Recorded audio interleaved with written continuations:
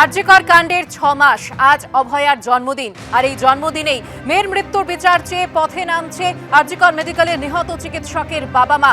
তারা অঙ্গীকারবদ্ধ হয়েছেন যে লড়াই তাদের চলবে এবং আজ যে কর্মসূচি নেওয়া হয়েছে দুপুর 3টে নাগাদ কলেজ স্ট্রিট থেকে শুরু করে আরজিকর মেডিকেল পর্যন্ত মিছিলের ডাক দিয়েছে অভয়া মঞ্চ এবং আজকের মূল অনুষ্ঠান হবে আরজিকর মেডিকেলে বিকেল 5টা নাগাদ।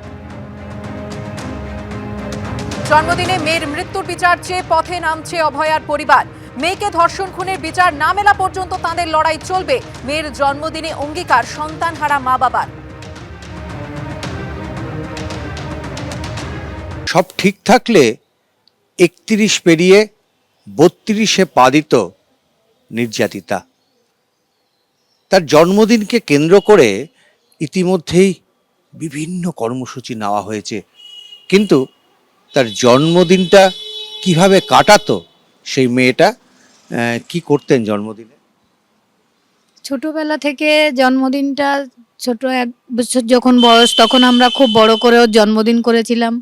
আমাদের ফ্যামিলিতে অন্নপ্রাশন নেই, তাই জন্মদিনটাই হয়েছিল একবারে বড় করে। তারপরে প্রত্যেক বছরই হতো, কিন্তু বড় করে হতো না। আমার শাশুড়ি ছিলেন, ওর ঠাকুমা ও নাম্মা বলে ডাকতো। ধান দুর্বা এবং পায়েস, আমার হাতের পায়েস, গুড়ের পায়েস খেতে ভীষণ ভালোবাসতো। তুই কখন আসবি?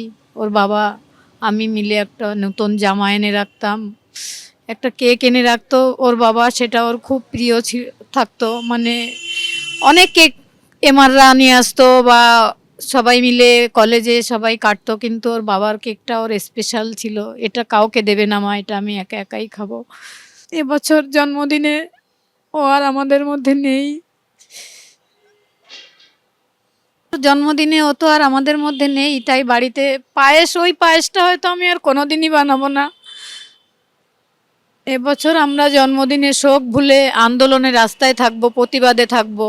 সমস্ত জনসাধারণকেও বলবো প্রতিবাদে থাকতে। এবং আমার মেয়ে গাছ খুব ভালোবাসতো, সবাইকে একটা করে গাছ লাগাবেন বাড়িতে। আমিও লাগাবো বাড়িতে একটা গাছ, প্রত্যেক বছরই লাগাই ওর জন্মদিনে। এবছরও নেই, তাও লাগাবো। ও বলেই গেছিল মা একটা অরেঞ্জ কালার বেগনবেলিয়া গাছ, আমাদের নেই, সব কালার বেগনবেলিয়া আছে, একটা অরেঞ্জ কালার বেগনবেলিয়া কিনে এনেছি, 9 তারিখ আমি ওটা লাগাবো। কিন্তু ও আর আসবে না দেখতে। ওর ছোটবেলায় আমাদের যেমন একটাই লড়াই ছিল, ওর স্বপ্ন পূরণ করতে হবে, ওকে ডাক্তার ওর হওয়ার নিজেরই স্বপ্ন, সেটা পূরণ করতে হবে। তারপর এখন ও আর নেই, আমাদের এটাই থাকবে দাবি যে ওর ইচ্ছা ছিল মা আমার টাকা পয়সা চাই না, নামের পরে যেন অনেক ডিগ্রি থাকুক আমার।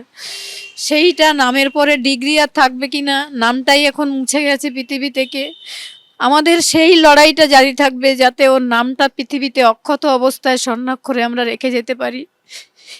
এই জন্যই আমরা লড়াই চালিয়ে যাব যতক্ষণ আমাদের শেষ রক্তবিন্দু থাকবে। এবং আমি যখন ওই সেমিনার হলে ওর ওই রক্তাক্ত মুখটা দেখেছিলাম, তখন প্রতিজ্ঞা করেছিলাম মা তোকে যারা এরকম শাস্তি দিয়ে, কষ্ট দিয়ে, যন্ত্রণা দিয়ে মেরে ফেলেছে তাদের আমি সুখে থাকতে দেব না, এবং যতদিন না তোকে বিচার দিতে পারবো আমি চুলো আঁচড়াবো না।